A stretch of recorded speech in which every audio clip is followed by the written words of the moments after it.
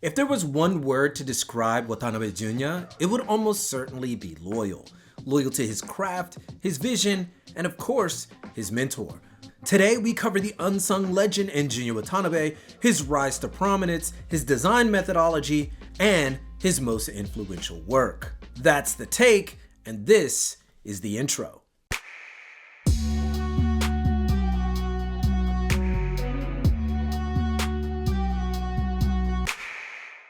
Born in Fukushima, Japan in 1961 and graduate of the prestigious Bunka School of Fashion, Watanabe started his career as a pattern worker for Rei Kawakubo's Comme des Garçons. This was in 1984, and in just 3 short years, Watanabe impressed Kawakubo to the point where she promoted him to chief designer of the Comme des Garçons knitwear line, Tricot, and very soon after, the entire Comme des Garçons Homme line. This precipitous rise to fashion wonderkind may be surprising to some, but it's important to keep in mind that Rei Kawakubo herself had just revealed her first Comme des Garçons mainline Paris runway in 1981. So basically, Junya has been there with Kawakubo since the beginning. By 1992, Junya began designing his eponymous label, going under the name Junya Watanabe Comme des Garçons. And by 1993, Junya would showcase his first ready-to-wear collection in Paris. By 1995, the designer was starting to pull in accolades, winning the Japan Editors Award the same year and the 17th Mainichi Fashion Award in 1999. Just before the start of the millennium, however, Junya Watanabe showcased one of his most memorable ready-to-wear collections for his Spring 2000 season.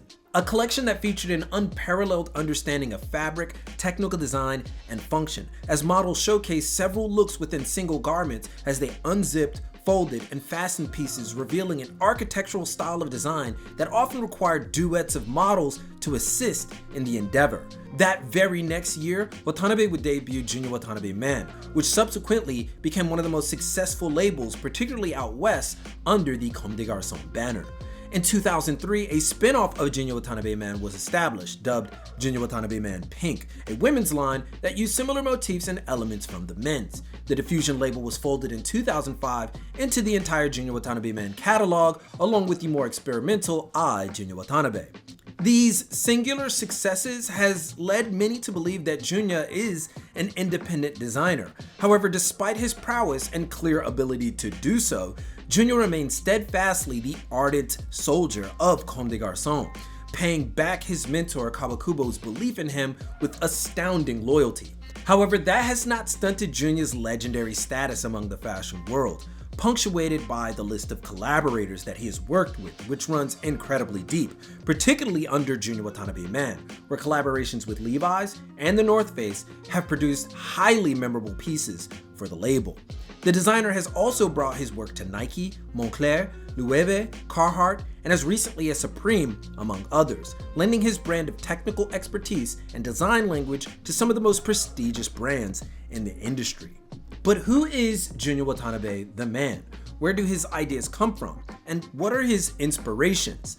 These, among many other questions, are hard to answer without making assumptions, as Watanabe is unusually reticent when talking of himself, which isn't odd considering the common elusiveness among Japanese designers. But even among Japanese designers, Junya is unusually quiet, letting his work speak for itself almost entirely.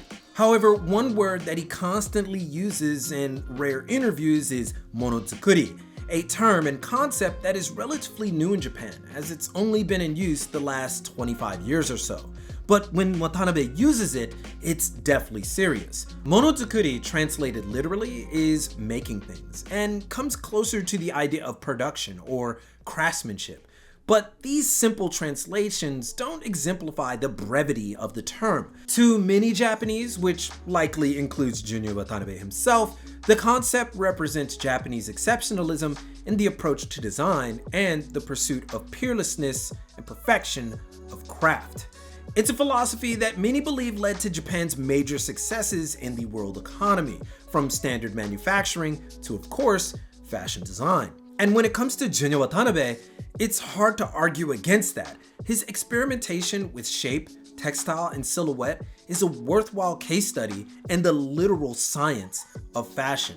Indeed, science being the operative word here, as Junya often employs an almost obsessive study of fabric, dissecting and cataloging the various forms, shapes, and movement any textile he works with can create. This all while employing a design inspiration that is undeniably punk. This near obsession with geometric forms has often had Junya compared to Pierre Cardin, to which Junya admits is an inspiration, but he also cites Issey Miyake as a major influence. In his words, Issey totally changed the idea, completely different, and that impact was profound on me, making me want to create something much different from previous designers. Which is unsurprising considering that Issey too was shape and textile driven. However, many outside often compare Junya to the obvious in Rei Kawakubo, but while Rei's goal has always been to challenge the artistry of fashion and its norms, Watanabe views himself as more pragmatic. He states, "To this day, seeing Rei Kawakubo's work, I feel the same. I understand certain points and I can relate to certain areas. That doesn't mean that I completely agree." That's to say, by study of his work, Junya doesn't necessarily challenge the format or structure of fashion, but gives the tried and true a heavy dose of surrealism and life. His work, intellectual and complicated, but wholly made to be worn and showcased in a traditional way. This is in contrast to many who review the man in his early collections. Referring to Watanabe's 2003 ready-to-wear fall collection, Ginny Komika once wrote, "And though it would be a stretch to call anything Watanabe does commercial, there were some very wearable pieces here. The slim dresses and flatteringly snug jackets in particular will surely be on many wish lists come September." Arguably words she would probably want to take back. While admittedly collections like the 2017 Punk Lace Spring Ready-to-Wear collection were explosive and borderline garish, or even the Spring 2022 Ready-to-Wear collection where an emphasis on traditional patterns from the people of Asia can be seen as more performance art than street ready, Junya's approach is ultimately a far more pragmatic step. His attempt at making his art wearable is as much a science as the garments he constructs, or as he puts it, classic clothing interpreted in my own way. Which sounds as commercially minded as it gets. His men's collections reveal this even further. While the designer still experiments with textile, his process is even more practical, using silhouettes commonly seen by adding a breadth of nuance that is rarely seen in the industry among menswear. To the point, his near mastery of textile allows him to apply several different fabrics together, making the basic memorable. Again, it's scientific, understanding how men want to dress, how he wants to design, how the textiles and materials work, and how to make something new from that is Junya Watanabe. He states, "To me, fashion is creating something new through clothes. That's what really drew me in the beginning." Adding that, monozukuri is the art, science, and craft of making things. It's the reason the designer admits he rarely, if ever, studies the work of his peers and contemporaries. His pursuit is as much the perfection of his established style as it in the perfection of himself, put poetically, of course. The process is intimate, and for Watanabe, it's personal, and so much that talking about it is about as close to the chest as talking about himself. This leaves us with, who is Junya Watanabe the label for? Which is a difficult question to answer. Junya Watanabe is for the Comme des Garçons fan who wants to explore a more pragmatic and practical approach to fashion.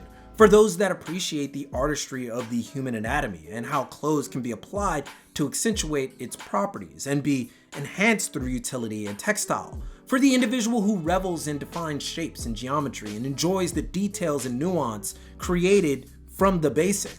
For Junya Watanabe fans, everything is already available, but how much further can one take which is basic and make it complicated and full of intrigue? Think of it like this. If Rei Kawakubo's work is an abstract painting, then Junya Watanabe is a simple shape on a canvas. But in order to appreciate it, you have to look closely at the paint used, the brush patterns, the canvas texture, and the shape's position on the canvas. And that is why Junya Watanabe is an unsung legend. that there is no doubt. His imitable style has been used as the basis of some of the most prominent and successful designers in Japan, from Junya Abe of Color and Chitose Abe of Sakai, both of which worked under Junya Watanabe while working at Comme des Garçons, and to his direct protege in Yosuke Aizawa of White Mountaineering. And honestly, there are plenty who followed the example of Junya. He's among a pantheon of designers that many have attempted to replicate in Japan and beyond. But for Junya, it's still a quiet trudge towards the perfection of craft. It is, of course, as he says, monozukuri. And that's another WTH in the bag. But what other brands, designers, companies would you like to explore? Let us know in the comments, or you can talk Junya Watanabe, your favorite collections, pieces, or collaborations. It's your world. But most importantly, keep it locked right here for all of your info on international fashion, culture, and business from Tokyo. It's your boy, and keep it casual. Yoroshiku onegai shimasu. I'll see you all in a minute.